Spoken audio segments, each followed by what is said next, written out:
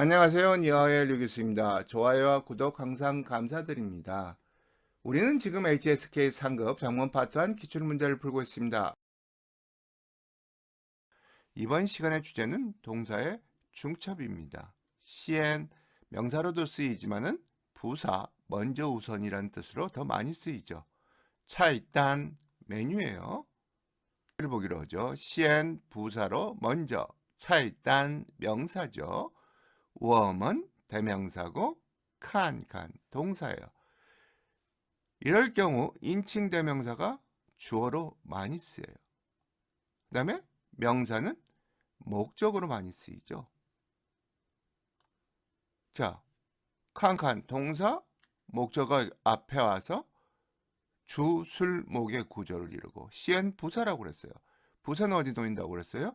주어와 수로 사이에 놓인다고 그랬어요. 그래서 답이 오면 시엔 칸 차이단 이렇게 되죠. 왜 칸 동사를 두 번 썼느냐? 이거를 문법용어로는 중첩이라고 그래요. 중첩이란 같은 단어를 반복하여 사용하는 것이죠. 중국어의 문법에서는 명사의 중첩, 양사의 중첩, 형용사의 중첩, 동사의 중첩, 부사의 중첩, 수량사조의 중첩 등이 사용돼요. 그렇다면 동사를 두 번 쓰는 걸 동사의 중첩이라고 하는데요. 한 글자짜리 동사는 이렇게 AA식, 칸 이런 식으로 쓰면 돼요. 두 글자짜리 동사는 어떻게 쓰느냐? AB, AB식이죠. 옌주 이런 식으로 쓰는 거예요. 그럼 동사의 중첩은 어떤 의미를 가지고 있느냐? 시간이 짧음을 나타내요. 동작이 이루어지는 시간이 짧다. 我去外面走走 밖에 좀 걸으러 나갈 거예요. 마상就 回来 곧 돌아올게요. 그 다음에 2번은 시험 삼아 해보다. 你试试这件衣服 당신 이 옷 좀 입어보세요. 세 번째는 문장 끝에 물음표나 느낌표가 오는 경우가 많아요. 你试试这件衣服怎么样? 이 옷이 어떤가 한번 입어보세요. 이런 식으로 완곡한 어투를 나타낸다. 이때는 문장 끝에 물음표나 느낌표가 온다. 그 다음에 임의로 해본다, 뭐 홀가분하게 해본다, 내키는 대로 해본다라는 뜻인 것이죠. 쉬우시더쇼. 휴식할 때는 타시환 팅킹 인유에 그는 음악 듣는 것을 좋아합니다. 부담 없이 해보는 걸 얘기를 해줘요. 결국 이 네 가지 뜻을 합친다면은 우리말에서 그냥 좀이라고 해석해주면 돼요. 시간의 짧음, 시험 삼아 해보다, 완곡한 어투, 다 우리말로 이 옷 좀 입어보세요. 어때요? 이런 식으로 해석이 되는 거니까 여러분들이 동사의 중첩은 좀이라는 뜻으로 쓰인다고 기억을 해두면 좋아요. 다시 문제풀이로 돌아옵시다. 시엔 부사라고 그랬죠. 차일단 명사 메뉴라고 그랬어요. 웜은 인칭 대명사고요. 칸 동사 한 글자짜리 동사니까 AA식으로 중첩했어요. 좀 보다가 되죠. 그런다면은 인칭 대명사는 주어로 쓰일 경우가 많다. 물론 뒤에 더가 있으면은 관형으로 쓰이기도 하죠. 그다음에 명사 목적어는 일반적으로 맨 뒤에 온다. 일반적이에요. 간혹 바뀔 때도 있어요. 근데 그 경우는 특수한 경우죠. 자, 동사 VO로 주, 술, 목에 문형을 만들었어요. 여기에 부사는 주어와 수로 사이에 쓰인다. 그래서 오면 시엔 칸 차이단 우리 먼저 메뉴 좀 보죠. 이렇게 해석이 된다는 거예요. 이번 시간의 주제는 동목사조 목적어입니다. 동목사조라는 건 동사 플러스 목적어로 이루어진 뭉치를 얘기하는 거죠. 단어 볼게요. 딸 명사일 때는 혁대, 띠, 벨트 이런 거를 얘기하는데요. 동사일 때는 지니다, 휴대하다라는 뜻을 가져요. 왕, 있다, 후照, 여권이죠. 자, 문제 볼게요. 타, 인칭대명사죠. 딸, 휴대하다, 왕러, 있다, 후照, 여권. 우리말로 여러분들 감이 오죠. 그녀는 여권을 가져가는 것을 가지고 가는 것을 잊어버렸다. 이런 식으로 가면 돼요. 자, 인칭 대명사는 늘 얘기하지만 주어로 쓰일 가능성이 굉장히 높다. 주어에다 갖다 놓으세요. 일반 명사 목적으로 오죠. 자, 두 개 다 동사다. 둘 중에 하나가 와야지 돼요. 근데 왕러 후자어 해도 되고 따이 후자어 해도 돼요. 여권을 휴대하다. 왕러 후자어 하면은 여권을 잊어버리다. 그렇죠? 근데 여권을 잃어버리다는 되는데 여권을 잊어버리다라는 말은 조금 어색하죠. 그러니까 여권을 휴대하다가 더 어울리는 조합이에요. 그러면 하나 남았잖아요. 뭘 잊어버렸느냐? 여권을 휴대하는 걸. VO가 다시 O로 쓰여서 왕러의 목적어가 되는 거죠. 동목사조가 목적어로 쓰인 거예요. 그럼 왕러의 목적어로 어떤 것들이 쓰일 수 있나 봅시다. 목적어를 안 가질 수도 있어요. 그쵸? 또 9点了, 벌써 9시인데 다 还没来, 许是忘了呀. 예시의 줄임말이죠. 아마 잊었나 봐요. 그런데 밑에 문장은 忘了时间, 他越说越起劲儿, 竟然忘了时间, 시간을 잊어버렸습니다. 명사도 목적으로 가질 수 있다는 거예요. 세 번째, 忘了吃, 동사도 목적으로 가질 수가 있어요. 먹는 것을 잊지 마세요. 그 다음에 忘了告诉他, 방금 했던 문제처럼 VO를 목적으로 가질 수 있다는 거죠. 그에게 알려주는 것을 절대 잊지 마세요. 자, 그 밑에 문장은 忘了自己的东西在哪儿,自己的东西在哪儿, 주어와 수어 목적어가 쓰인 주술사조, 즉 하나의 문장을 목적어로도 가질 수 있다는 거예요. 다시 문제 풀어봅시다. 인칭 대명사가 맨 앞으로 온다. 일반 명사는 목적어니까 뒤로 온다. 자, 동사가 두 개일 때 어떤 동사가 더 목적어와 적합하게 어울리는가를 보세요. 忘了护照, 여권을 잊어버렸다. 여권을 휴대하다. 이게 더 어울린다. 그런다면 얘가 1위로 와서 그녀는 여권 가져가는 것을 잊어버렸습니다. 여권 휴대하는 것을 잊어버렸습니다. 带护照, 동사 플러스 목적어가 왕러의 목적어로 쓰였다고 보는 것이 좋다는 거죠. 이번 시간의 주제는 부사 헌입니다. 단어 보기로 하죠. 这些, 이것들. 근데 이 시에는 부정양사라고 하죠. 우리말에 복수점사라고 보면 돼요. 이 시에는 아무하거나 다 붙질 않아요. 뭐 렌시에, 쉐성시에 이렇게 붙질 않아요. 这些, 나些, 나些, 이些, 요些, 이렇게 5군데만 붙어요. 그래서 들을 나타내준다. 这些 지시대명사 플러스 양사다. 葡萄, 포도죠. 서역에서 한나라 때 중국으로 들어왔다고 그러죠. 신鲜, 신선하다, 싱싱하다 이 뜻이에요. 문제 봅시다. 헌, 부사죠. 这些, 이것들, 지시대명사 플러스 양사예요. 葡萄, 명사, 신鲜, 신선하다. 지시대명사 플러스 양사는 관형으로 쓰인다고 그랬죠. 자, 이 관형의 수식을 받을 수 있는 명사는 葡萄밖에 없어요. 그렇죠?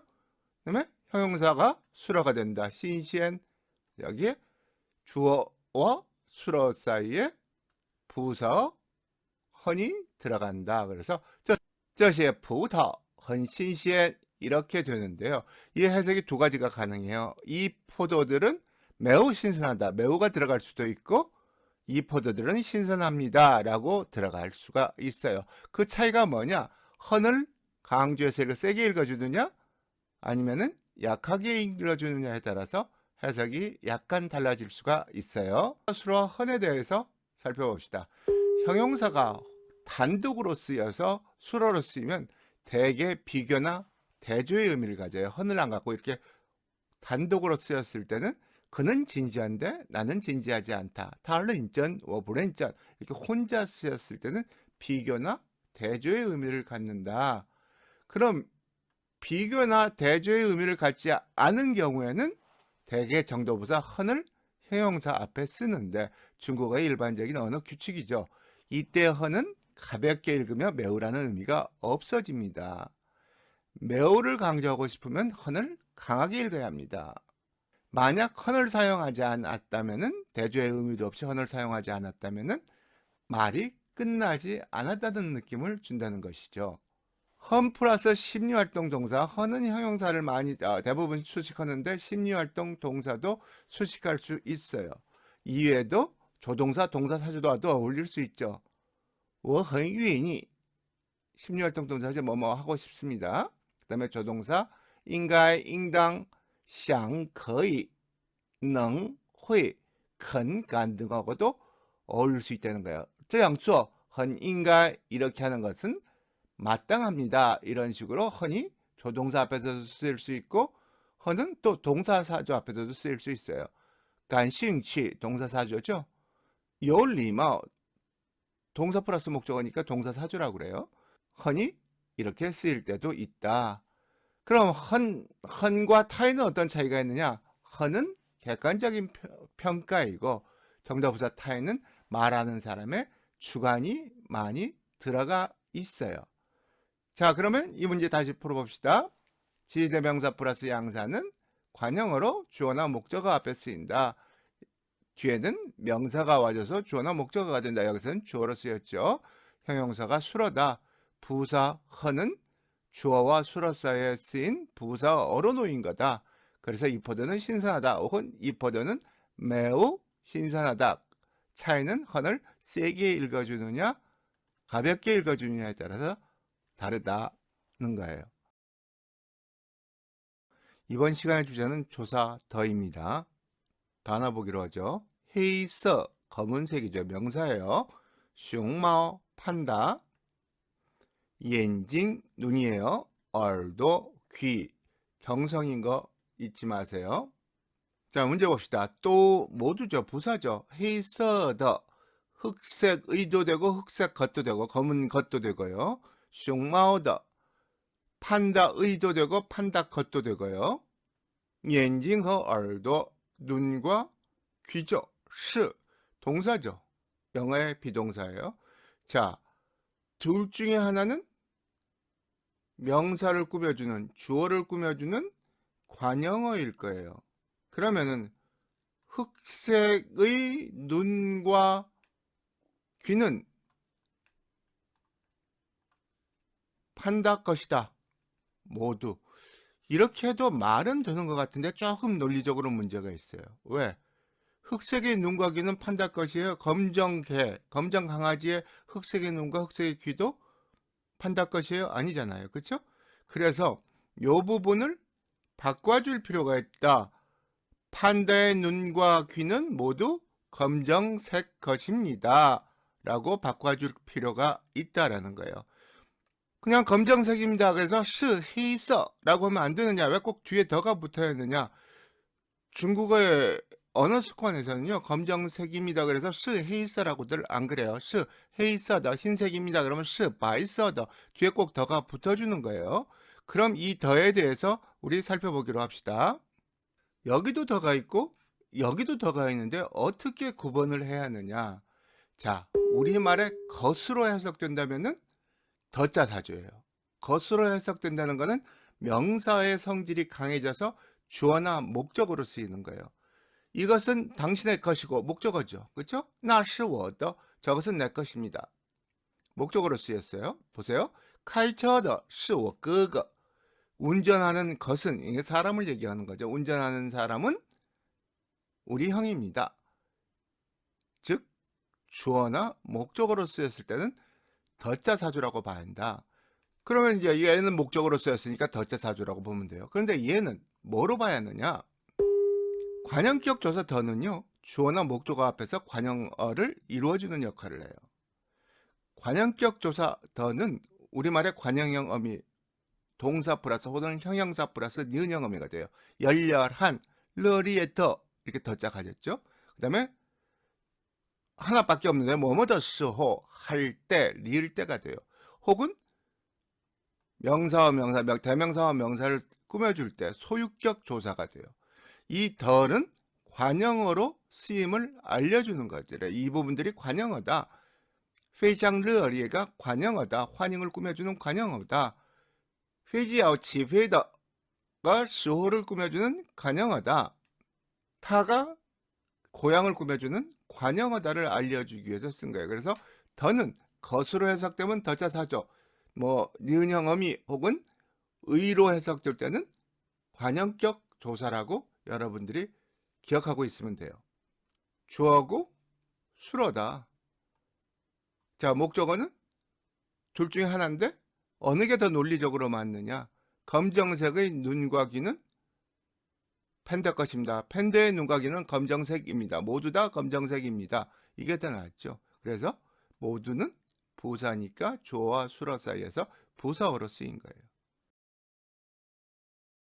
이번 시간의 주제는 동작의 방식을 나타내는 연동문입니다. 자, 단어 보죠. 렁수이, 냉수, 찬물이죠. 시자오, 목욕하다예요. 동사예요. 용, 사용하다. 간, 부사도 있지만 조동사를 봅시다. 감이 뭐뭐 하다. 왜? 부사는 이렇게 부사, 긍정형, 부정형을 같이 쓰지 않아요. 그래서 간부간, 감이 뭐 할 수 있습니까? 없습니까? 혹은 용기를 내서 할 수 있습니까? 없습니까? 뜻에서 쓴 거예요. 문제 봅시다. 니, 대명사가 주어 들어온다고 그랬죠. 대부분 주어로 와요. 니 갖다 놓으면 돼요. 그 다음에 동사가 융이 있고 시자어가 있어요. 우리가 뒤에서 다시 얘기했지만 이때는 동사가 두 개 있을 때는 주어가 하나고 동사가 두 개일 때는 연달아 동사가 나오는 문장에서 연동문이라고 그래요. 융은 다른 동사보다 앞에 나오죠. 그래서 융 뒤에 목적어 있어져 있대요. 렁수이 시자 찬물로 샤워할 수 있어요 없어요? 라고 물은 거예요. 그래서 여기서 노란색 동그라미를 쳐서 강조한 이유는 조동사의 긍정형과 부정형을 써서 정반 의문문을 만든다. 그 다음에 융, 목적어 시자, 연도문을 만드는 방법이다 얘기를 하는 거예요. 조동사 가는 뭐뭐 할 용기가 있다, 담력이 있다. 그래서 단독으로 질문에 대답할 수 있고 부정형식은 뿌간 혹은 메이간입니다. 그래서 부를 때 니까 무간 중절 요구어치 여기서 헤엄쳐져 갈 자신 있어요? 건너가다죠. 여기서는 요구어치 건너갈 자신 있어요? 간 구체적인 행동이 뒤로 오는 거죠. 정반 의문문이라는 뭐냐? 긍정식과 부정식을 쓰는 거예요. 형용사 수로문이거나 동사 수로문 때 긍정식과 부정식을 쓰는 건데 조심해야 할 거는 수로 앞에 조동사가 있으면은 조동사의 긍정 부정형을 써요. 니넝 라이프라이가 아니라 니넝부렁 나이 조동사의 긍정형과 부정형을 쓴다 라는 거 여러분들이 기억을 해줘야 돼요. 그 다음에 동작의 방식을 나타내는 연동문이라는 건 뭐냐? 앞동사가 뒷동사의 방식을 나타내는 거예요. 비행기를 타고 광주에 갔습니다. 연필로 글씨를 씁니다. 글자를 씁니다. 즉 V1, O 플러스 V2 플러스 뭐 O2 이런 식으로 되는 것이 동작의 방식을 나타내는 연동문. 연동문은 크게 네 가지로 나누는데 이거는 동작의 방식을 나타내는 연동문이라고 하는 거예요. 그럼 문제 다시 봅시다. 대명사는 주어로 많이 쓰인다. 동사가 두 개 있다. 융, 시자. 동작의 방식을 나타내는 연동문이니까 융이 앞으로 오고 이럴 경우는 무조건 융이 앞으로 와요. 동사가 두 개일 때는. 그 다음에 시자어가 뒤로 간다. 융의 목적어 갖는다. 조동사 간을 긍정형과 부정형으로 써서 의문문을 만들어준 거죠. 정반 의문문을 만들어준 것이다.